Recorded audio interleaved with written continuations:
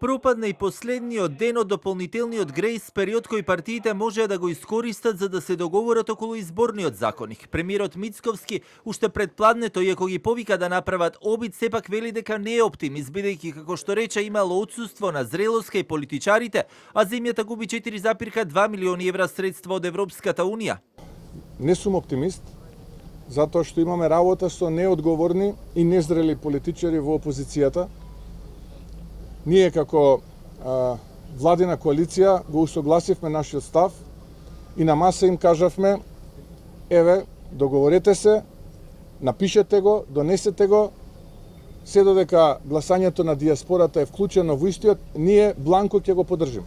Сепак партиите денеска, наместо во собрание да ги пеглаат разликите околу изборниот законник, решија тоа да го направат преку партиски соопштенија и Facebook статуси, откако Левица ги обвини токму СДСМ и ВМРО ДПМН дека заедно го имаат договорено однапред осудениот на пропаст изборен законник, наведувајќи: одбивањето на СДСМ да се вклучи во опозицијското обединување околу една изборна единица припаѓа на вториот вид и представува свесна саботажа. СДСМ останаа цврсто на тајниот договор со ДПМН за изборниот законник да остане недопрен, како оперативна спогодба меѓу актерите на стариот поредок со цел овој модел да преживее, бидејќи токму тој модел ги храни нив и оди на штета на Левица. Секој од нив, преку многомандатни изборни единици, нацрти со хируршка прецизност, тежнеа да ја заштитат сопствената положба и обезбедуваат пратенички места несразмерни со реалната тежина што ја имаат кај граѓаните.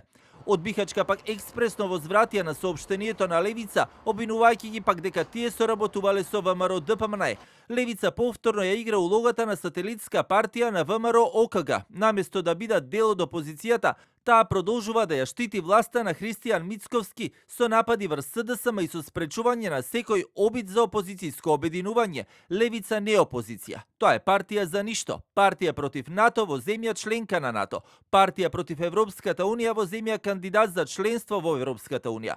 Проруска партија во земја чиј стратешки партнер е Соединетите американски држави. Вчера евроамбасадорот Рокас уште еднаш ги повика партиите да седнат да се договорат за да може македонските граѓани да ги добијат средствата од Европската унија и од европските фондови. Без изборниот законник кој е дел од реформската агенда, Македонија ќе остане покус за 4,2 милиони евра.